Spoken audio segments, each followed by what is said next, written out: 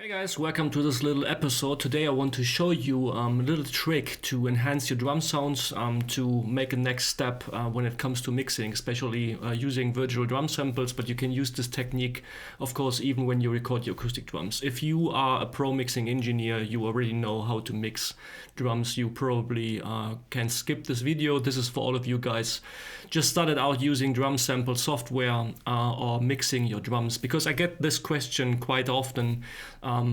People asking me, Mike, can you show me how to get a more punchy snare drum or more attack on the kick drum? And people some sort get off confused to it. So I will show you one thing.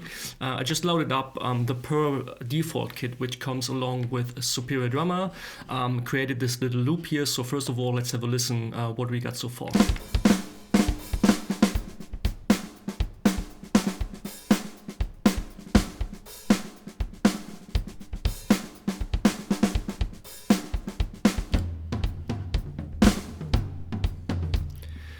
So good sounding drums from Superior Drummer. As I said, this works for a recorded acoustic drum set as well. If you want to understand the idea behind this, you can do this in pretty much every DAW. So let's go to the mixer section. This can be quite overwhelming, especially for all of you guys just started out using drum sample software and all this mixing stuff. This is quite complicated. I did a video some weeks ago where I showed how to start with a good sounding preset and how to create it on your own. If you haven't checked the video, you may click in the little info box in the top right corner to see this first, because I had the same approach here. I just routed out every single of the channels here, the three kick drum microphones here to kick, snare to snare, so just to make it more convenient and easy to use. And I go here in the top and will hide the 22 particular microphones or individual microphones, just to get it more tight and easy to watch. So now we have those 6 different tracks, which are quite common when recorded drums. We have kick, snare, hats, the toms, a pair of overheads, and the room mics. So just combining them and process them on their own. And what I did here, what I showed you in the last video, the only thing I did here was doing some EQ moves on the individual tracks. Clean up the stuff a little bit, because usually you have some nasty boxy frequencies here in the middle range between 200 and 500, 600, and slightly adding low end, top end when it was needed on the original track. So let's have a quick listen before and after what those little moves, and before I forget it, just a slight bit of compression on the master bus, but nothing really fancy. So let's have a quick listen before and after what those basic EQ moves already did to the overall sound.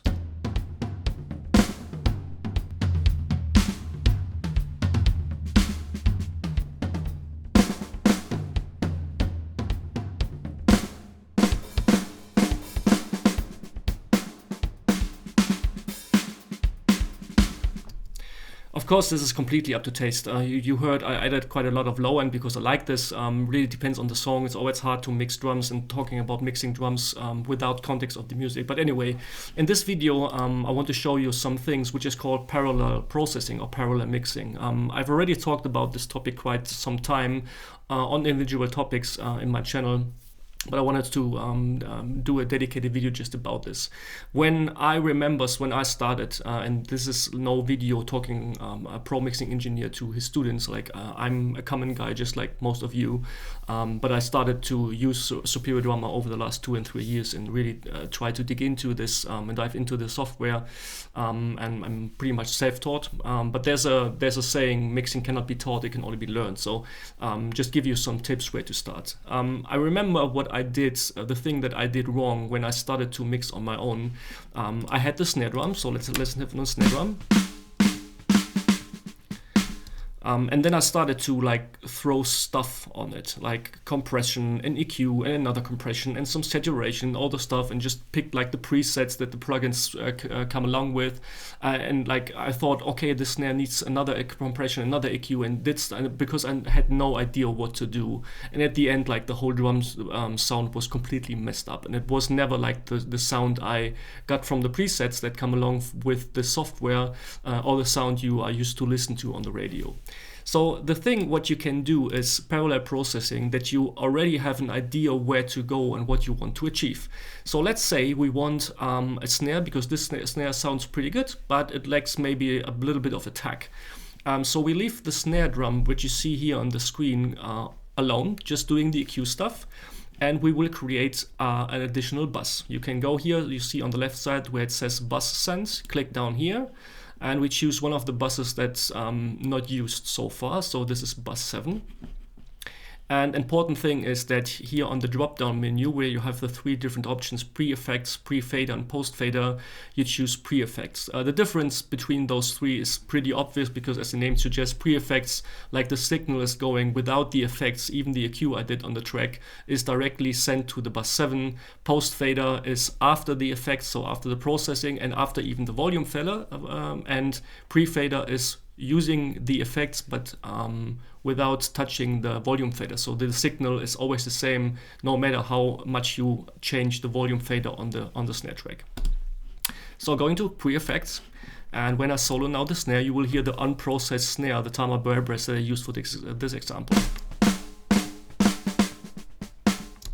Nothing wrong with it. So the idea behind is that in parallel processing, you can pretty go overboard and exaggerate every effect, because you already and still have the original snare drum that sounds good and decent, where you just like made some slight adjustments and enhancements on the snare drum, but you're not over compressed it or killed it. But in this parallel track, you can pretty much overboard. But the idea behind this is to find a name that already includes the way you want to take, or the road you want to take. So on this take, because we want more crack on the snare, we call this crack snare.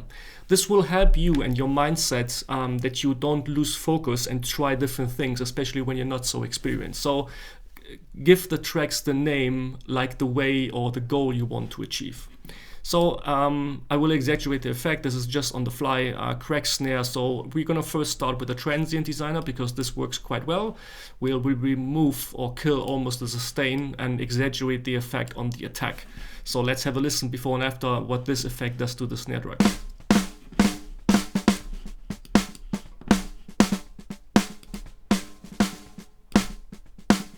So it's almost just completely the attack of the snare without like the body and the ring. And to even enhance that, we're going to throw in an EQ, and we'll add some of the high frequency here between 2 and 5 kilohertz, where the stick attack is occurring on the snare drum.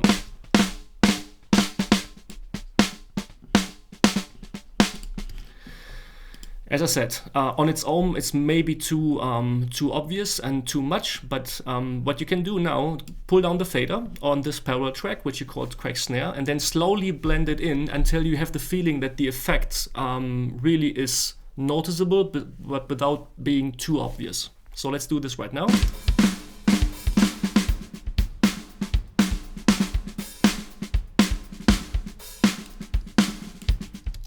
And you can always check by muting the track, because your ears will get used to the certain sound. Just mute the effect, and when you then have the feeling that that something is missing, you probably found the right balance.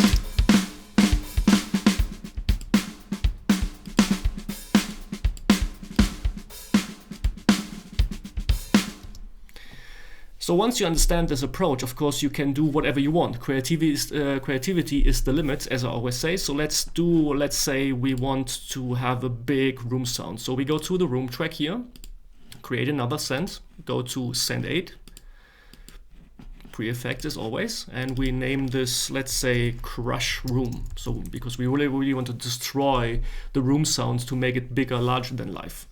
Let's have a listen on the room sound on its own.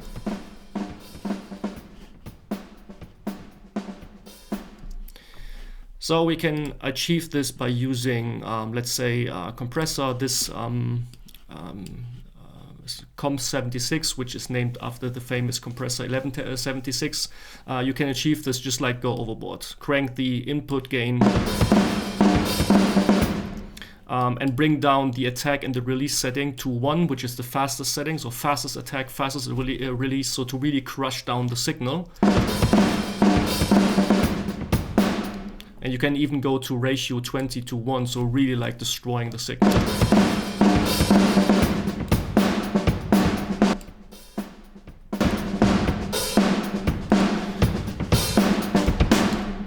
by using those effects, the room will get bigger. So the same effect as this snare. Blend it slowly in until you have the feeling that you found the right balance.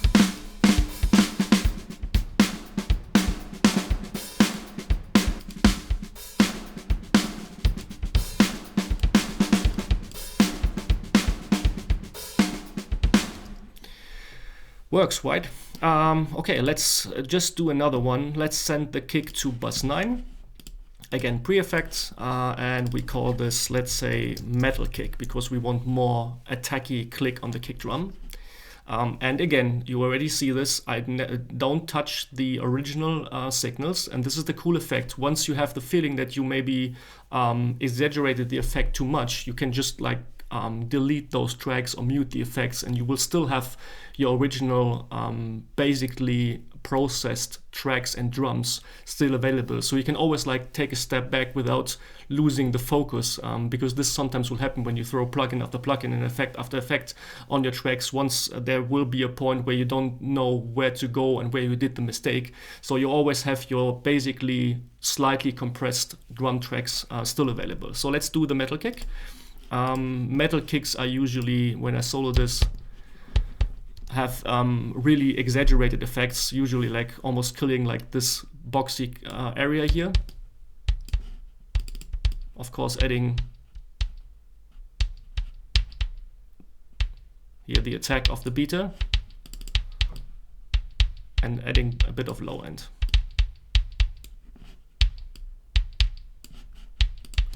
And again, we were going to use the transient designer to even make it more obvious, remove some of the sustain, and even adding a little bit of attack. Now let's compare this to the original kick and the metal kick.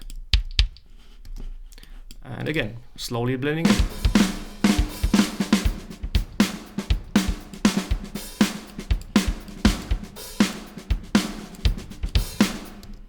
So now I will bypass and mute all three together, and you will immediately hear what those tiny moves did to the overall drum sound.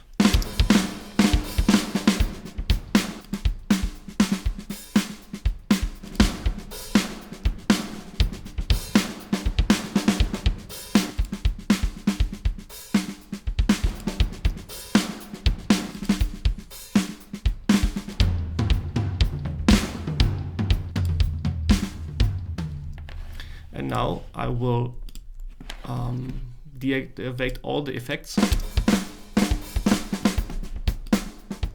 because this is where we started, and then I will bring in first the basic EQ moves and then the 3 additional channels.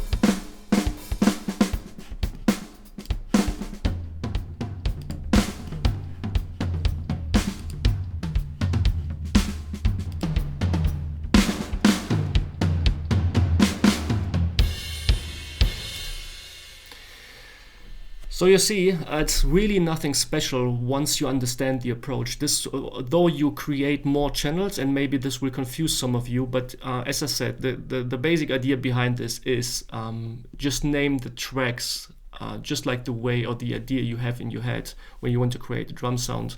This will work with any drum set you have, whether it's your acoustic recorded drums or if you have other drum sample software. Doing this in your DAW always works. So I think and hope that you find this one helpful. If you have any questions regarding this topic, Superior Drum in general, any drum software related questions, leave a comment below. I appreciate everything. Thanks for watching and see you next time. Bye bye.